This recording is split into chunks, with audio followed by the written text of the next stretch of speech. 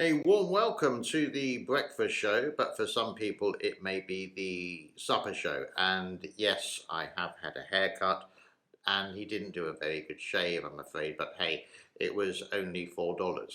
A very warm welcome at the time of recording, Thursday, the 4th of November 2021, and I think this is going to be released on the 5th of November. My name is James. Welcome to the channel. Some things happening on this channel. Firstly is this picture here, in search of water buffalo in Cambodia, when my girlfriend Sophie and I went on a little road trip just for about 10 or 20 minutes or so in search. And did we find? Well, you'll have to hit the notification, subscribe and like for when that video is there.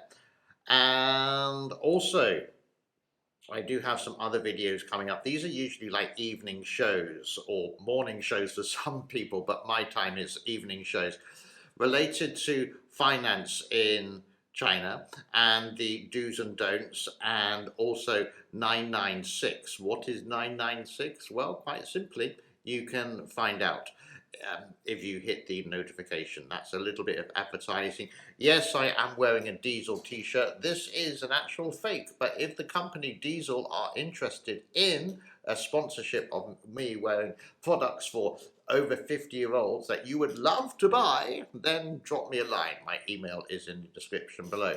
Talking about that, I am really going off topic.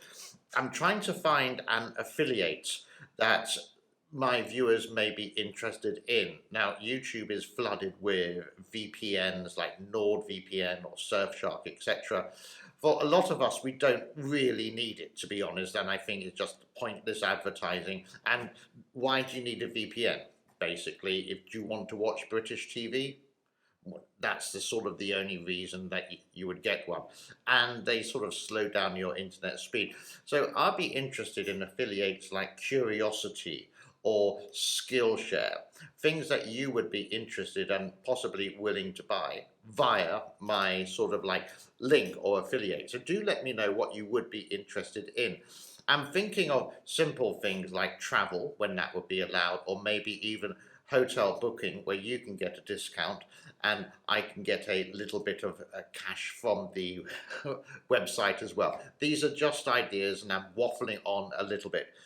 Let's go into the Three Gorges first of all, and then we'll go into some of the news which has been hitting global times in China over the last 24-hour period since my last video. Ready? Yep, that's a really long intro, isn't it? Oh, let's do it.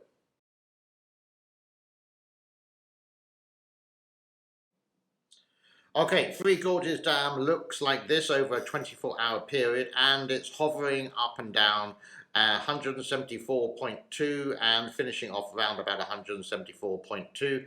The webcam is once again down again, but as one subscriber or one viewer said to me, or left a comment in the forum, basically saying it's not broken, they just turn it on and off. Yeah, possibly, yeah. These CPC, CCP, Three Gorges Corporation, always very good at hiding stuff what we don't want to know. In fact, webcams in China are actually very difficult to actually find. You can find them in Hong Kong quite easily, or Macau, but mainland China, you can go through the webcam on Google, for example, and none of them seem to work. Always seem to be down or not working, whatever. The Kutan, it did shoot up to 175.15 and then went down again. But again, this is just a up and down, nothing really significant. Let's have a look at the weather, because I do believe a little bit of rain is coming to the Three Gorges. Okay, looks like this, and this is just central China, not all of China. At first it's pretty dry and nothing exciting there, but some weather does pick up, as we have been covering over the couple of days, with some thunderstorms just past the Three Gorges, close to Wuhan, and then going to the east coast into Shanghai. But if you look here, we do have some heavy rain coming to or from Chongqing past along the Yangtze Basin, past the Three Gorges, and then again moving off to the east coast of China.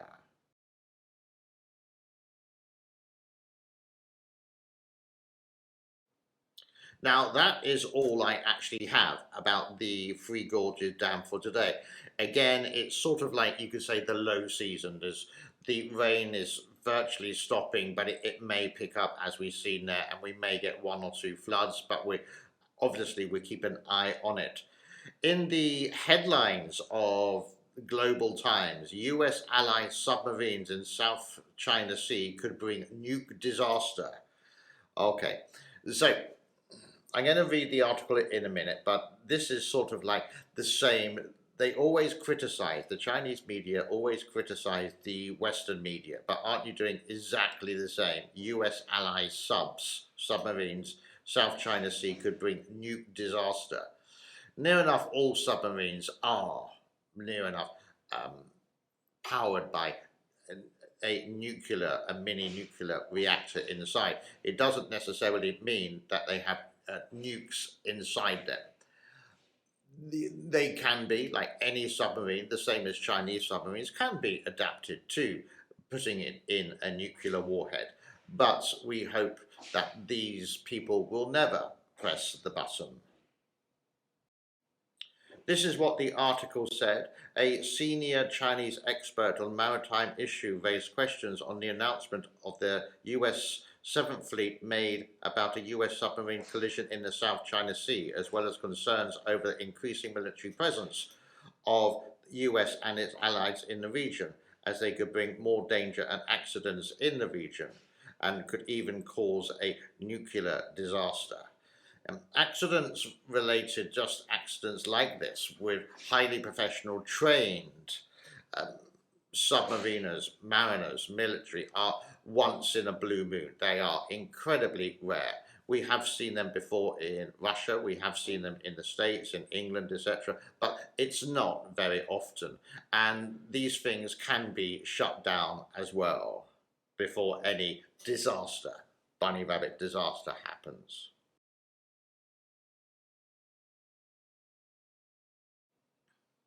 What's happening with the COVID situation in China? I can read this one, but I can't really read the first word of this. Xinjiang, a provincial capital of China's Hubei, neighboring Beijing, on Tuesday entered emergency status for COVID-19 prevention after a total of 12 infections were reported in the city of this round of flare-up, including two new confirms reported on Tuesday. Entry and exit points of this county and another city, Jinzhou, both were under control. It's something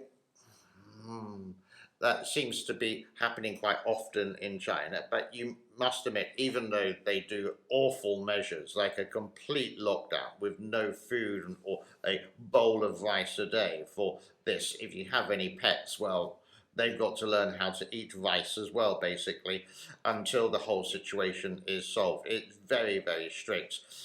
Again, it's something to keep updated on. There isn't just the Global Times, there are other newspapers you can get freely available on the internet if you are interested in the other side of the news. So, for example, China Digital Times, type it in Google. Xinhua News and China Daily are the English-speaking newspapers, online newspapers in China. And take it with a pinch of salt, or just compare it to what's happening in the Washington Post or the New York Times or the Financial Times from the UK. Okay, one more bit of news from China that I found quite interesting. US trying to turn COP26 into a political show, experts warn.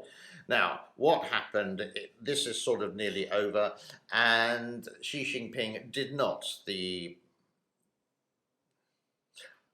Winnie the Pooh, I've forgotten the name, General Secretary of China, did not make an appearance along with the Russian President, President Putin. And Biden, at the end of it, Joe Biden, Sleepy Joe, actually said, well, why didn't they even make an effort to come here? They got the money to do it. etc., etc. And they just did it online. Why? Don't know. Are they too busy? Are they too busy for climate change, global warming? India was there. They said they're going to do their best, or hopefully by 2070, to have no admissions. And in China, they say 2060, but they don't even turn up to a meeting. I don't know what to say. Let's have a read what the Global Times says about this political show.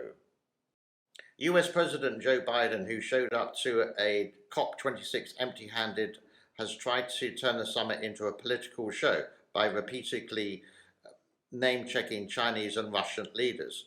So he is the real culprit in ceding the effort of negotiations, analysts said, in response to Biden's repeated criticism of the Chinese leader for his absence in the summit. Yes, his absence in the summit. Every other leader near enough came, but you guys didn't. And the question is, why? That is about it for me for this morning when this is coming out my time, or maybe for you in the evening. I'm trying to do a new concept and pushing out some more videos, not just about the Three Gorges, and also things about what happens here in Southeast Asia related to that, and giving some recommendations as well. So like, subscribe and share would be absolutely fantastic, and some comments. Do you agree? Do you disagree? Am I right? Am I wrong? Do you like the point of view, or do you disagree with the point of view? What's there? Some things are good, yep, some things are bad. I'm just hopefully doing a objective way with my point of view. Objective with my point of view. Does that make sense? Who knows? Wherever you are, be safe, be well, and I will see you later on one of my videos on this channel. This is James. This is the 4th of November at the time of recording. Can I say that? The time of recording, and I'll see you soon. Arrivederci. Bye-bye.